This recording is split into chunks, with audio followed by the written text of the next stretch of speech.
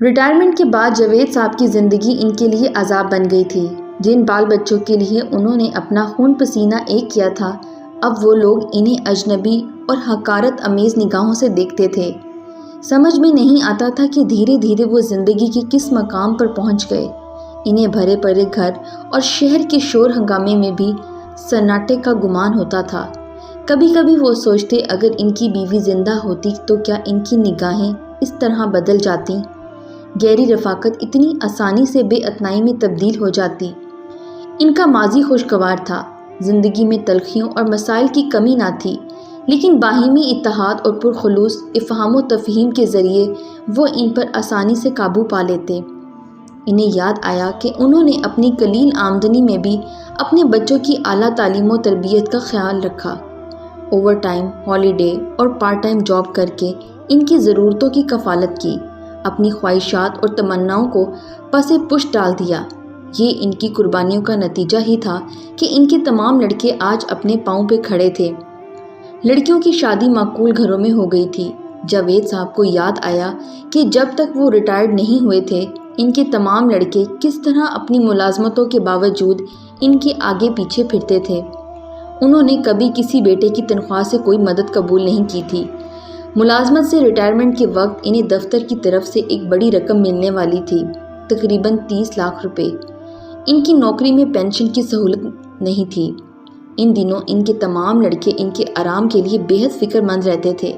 سب بیٹے آپس میں اسی بات پر بحث کرتے رہتے کہ ابو ریٹائرمنٹ کے بعد میرے ساتھ رہیں گے۔ ایک کہتا میرے ساتھ تو دوسرا کہتا میرے ساتھ۔ جاوید صاحب ابھی انہی سوچوں میں گم تھے کہ چھوٹی بہو نے ان کے پاس ناشتہ بھجوا دیا۔ بھوک سے ان کی آنتیں کلبلا رہی تھیں۔ اب تمام بیٹوں کے ہاں انہیں سب سے آخر میں ناشتہ ملتا تھا۔ جب ان کے پوتے اسکول چلے جاتے، ان کا بیٹا دفتر کے لیے روانہ ہو جاتا۔ جاوید صاحب کی عادت تھی 7 بجتے ہی ناشتہ کر لینے کی۔ نوکری کے زمانے میں 7 بجے تک ان کا کھانا ان کے آگے لگا دیا جاتا۔ اب تقریباً 11 بج رہے تھے۔ آلو کی بھاجی اور سوکھی روٹیاں۔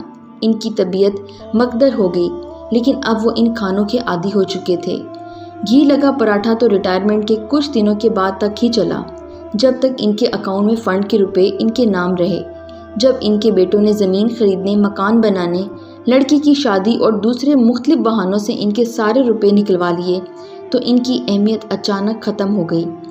جاوید صاحب باری باری تمام لڑکوں کے ہاں رہتے تھے۔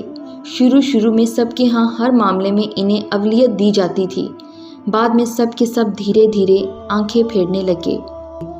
پہلے جہاں تمام بیٹے جاوید صاحب کو اپنے ہاں لے جانے کے لیے اپنی باری کا بے صبری سے انتظار کرتے تھے، قیام کی معینہ مدت سے 2-4 دن پہلے ہی انہیں لینے کے لیے پہنچ جاتے تھے۔ اب انہیں طرح طرح کی باتیں سنا کر روانگی کے وقت کی یاد دلائی جاتی تھی۔ جس بیٹے کے ہاں ان کے جانے کا نمبر ہوتا، اس کا دور دور تک پتہ نہ ہوتا۔ سال میں 3 مہینے وہ چاروں بیٹوں کے ہاں قیام کرتے تھے۔ جیسے تیسے زندگی کے دن گزر رہے تھے۔ قیام کی مدت ختم ہونے کے بعد اب انہیں دوسرے بیٹے کے ہاں جانے کی بے حد دشواری ہوتی۔ کئی دنوں تک جب انہیں کوئی اپنے ہمراہ لے جانے نہ آتا تو تھک ہار کر تنہا چل پڑنے کا ارادہ کر لیتے۔ اس طرح انہیں بڑی دقتیں پیش آتیں۔ بینائی کمزور پڑ چکی تھی۔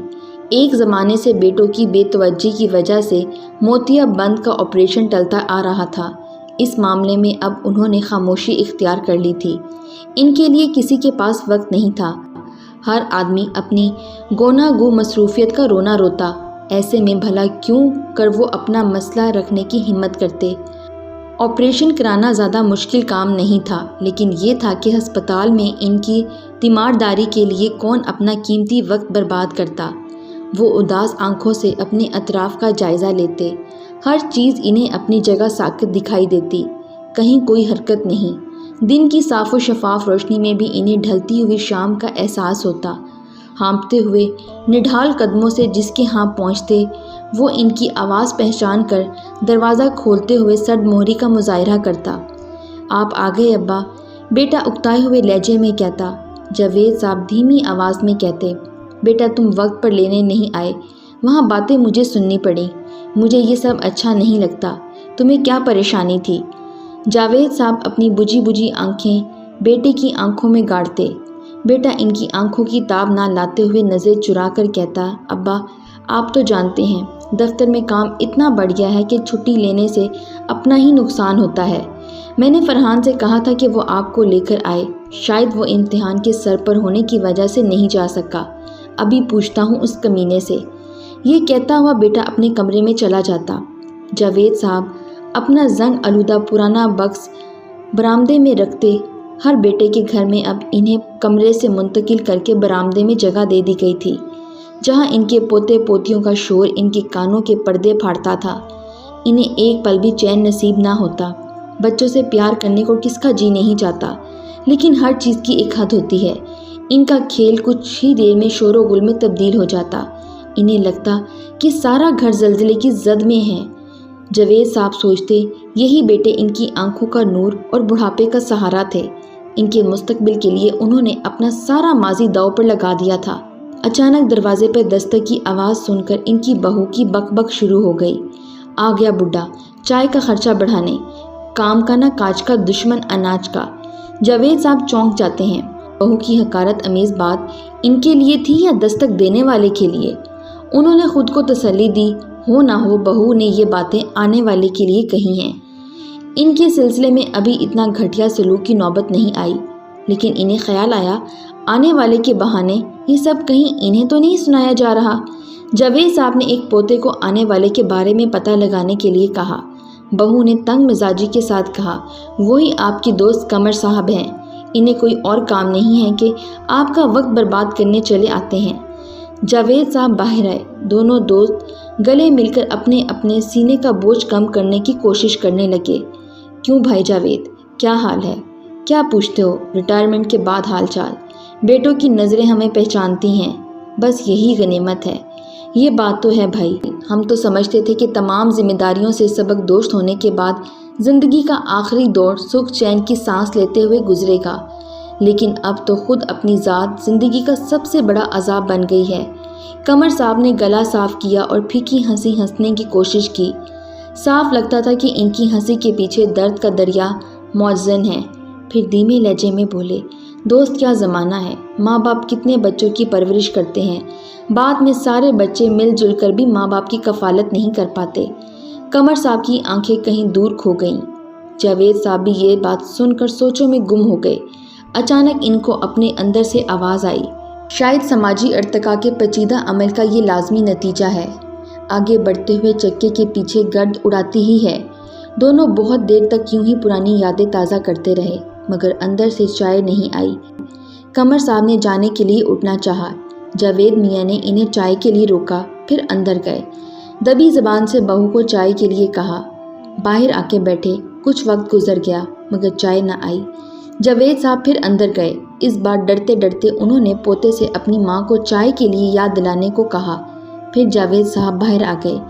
اسی طرح جاوید میاں کئی بار اندر گئے، باہر آئے۔ قمر صاحب نے کئی بار اٹھنا چاہا اور جاوید صاحب نے انہیں بٹھایا کہ چائے پی کر جانا، مگر چائے نہیں آئی۔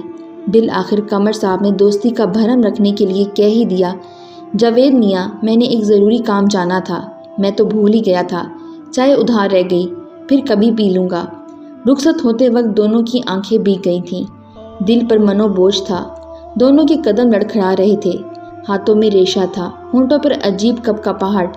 کس سے کہیں، کیوں کر کہیں، کہنے سے کیا ہوگا؟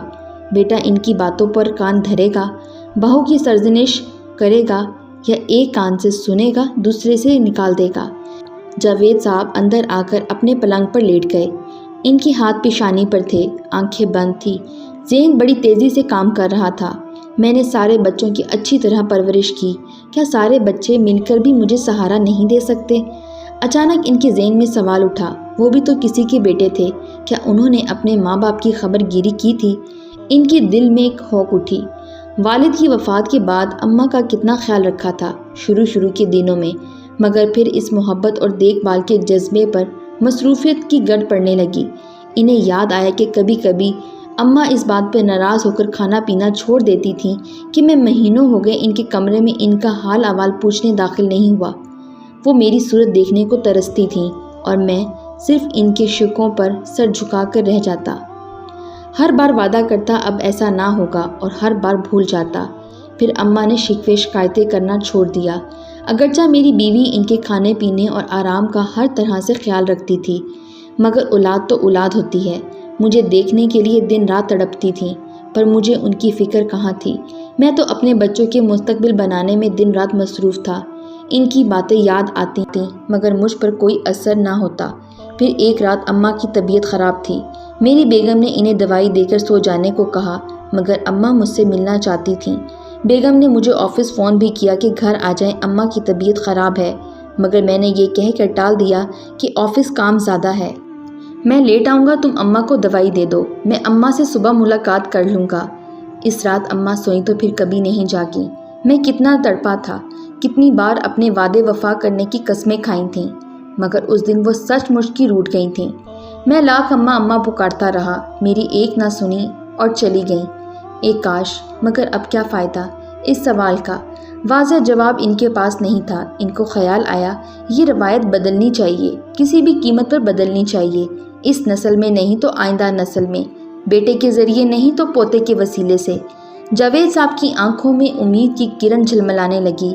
نکاحت کے باوجود انہیں اپنے اندر ایک نئی طاقت کا احساس ہوا۔ ایک نئی توانائی کے ساتھ وہ اٹھے۔ اپنے سب سے چھوٹے 1 سال کے پوتے کو انہوں نے پیار سے پکارا، عمر آجا بیٹے، دادا کے ساتھ کھیلے گا، زندگی کی گاڑی کو آگے بڑھائے گا۔ پاؤں پاؤں بڑھتے ڈگمگا کر چلتے ہوئے پوتے نے ان کی طرف غور سے دیکھا۔ جاوید صاحب نے دونوں ہاتھ آگے بڑھائے۔ عمر قریب آیا، انہوں نے اسے گود میں اٹھا لیا۔ کیوں بیٹے، تو تبدیلی لائے گا نا؟ پوتے کو دادا کی بوڑھی باہوں میں کچھ راحت ملی، پھر انہوں نے عمر کو سر پر بٹھا لیا۔ اچانک اس نے ان کے چہرے پر پیشاب کرنا شروع کر دیا۔ جاوید صاحب کے چہرے کا رنگ عجیب و غریب تھا۔ ان کی سمجھ میں نہیں آ رہا تھا کہ انہیں کیا کرنا چاہیے۔ لگ رہا تھا کہ ان پر گٹروں پانی گر گیا۔ پھر انہوں نے سوچا ان کے چہرے کے ساتھ پوتے کا یہ سلوک ایک طرح سے ٹھیک بھی تھا۔ ممکن ہے اس طرح مذموم روایت کے گرد آلود چہرے کی تطہیر ہو جائے۔ چھوٹی بہو نے باورچی خانے سے یہ نظارہ دیکھا۔ اس کی سمجھ میں نہیں آیا کہ اس کے سسر ہنس رہے تھے یا رو رہے تھے۔ پھر وہ اپنے کمرے میں چلے گئے اور اگلے دن دار فانی کی طرف کوچ کر چکے تھے۔ شاید ماں سے اپنے لال کی یہ تذلیل برداشت نہ ہوئی، اس لیے وہ خود آئی تھیں اپنے بیٹے کے غموں کو ہلکا کرنے، اسے اپنی کوکھ میں چھپا کر ہر غم سے آزاد کرنے۔ کہتے ہیں نا، مرتے ہوئے انسان کے منہ سے اپنے پیاروں کا نام ہی نکلتا ہے، اور جاوید صاحب کے آخری الفاظ